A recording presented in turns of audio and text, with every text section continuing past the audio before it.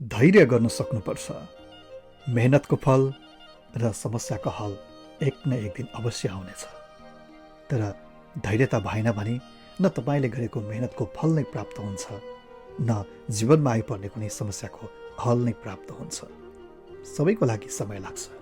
रातारात परिवर्तन केहीमा पनि सम्भव छैन।